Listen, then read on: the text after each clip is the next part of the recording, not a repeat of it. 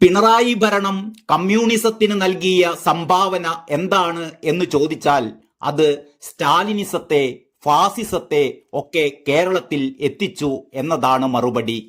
പ്രശസ്ത മാധ്യമ പ്രവർത്തക അഞ്ജു പാർവതി പ്രബീഷ് ഫേസ്ബുക്കിൽ അടയാളപ്പെടുത്തുന്നു.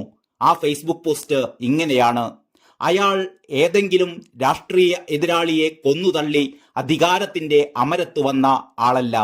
അയാൾ കൊലപാതകിയോ കള്ളക്കടത്തുകാരനോ ലഹരി മാഫിയയിൽ ഉൾപ്പെട്ട ആളോ പിടികിട്ടാപ്പുള്ളിയോ അല്ല. ജനാധിപത്യം കൽപ്പിച്ചു നൽകിയ വഴികളിലൂടെ പ്രതിഷേധ സമരം നടത്തിയ യുവ രാഷ്ട്രീയ നേതാവ് ആണയാൾ. ആൾക്കൂട്ടത്തിന് മുന്നിൽ ആൾക്കൂട്ടത്തെ നയിച്ച് അയാൾ നിർഭയനായി നെഞ്ചുവിരിച്ചു നിന്നാണ് ചോദ്യങ്ങൾ ചോദിച്ചത്.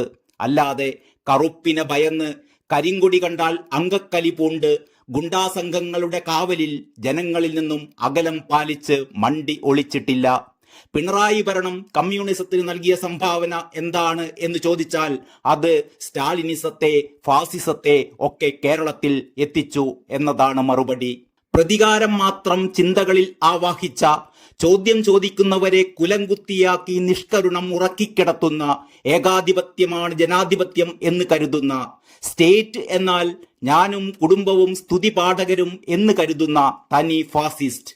ഇന്നലെ വരെ അയാൾ കൺമുന്നിൽ, അതായത് നിയമസഭാ മന്ദിരത്തിന് മുന്നിലും ഹജൂർ കച്ചേരിക്ക് മുന്നിലും ചായ ഊതിക്കുടിച്ച് നിന്നിട്ടും അയാളെ അറസ്റ്റ് ചെയ്യാൻ മടിച്ച കേരള പോലീസ് ഇന്ന് അതിനാടകീയമായി വെളുപ്പാൻ കാലത്ത് അയാളുടെ വീട് വളഞ്ഞു പിടിച്ച പ്രത്യേക ആക്ഷൻ ആരുടെ ബുദ്ധി എന്ന് വെളിവുള്ള മനുഷ്യർക്കറിയാം കേട്ടോ.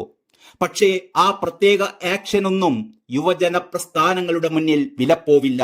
ഈ ഒരൊറ്റ അറസ്റ്റ് കൊണ്ട് രാഹുൽ മാങ്കൂട്ടത്തിന് കിട്ടാൻ പോകുന്ന മൈലേജ് എന്തെന്ന് കണ്ടറിയാൻ പോകുന്നതേയുള്ളൂ. Political desk, Kalakaumudi.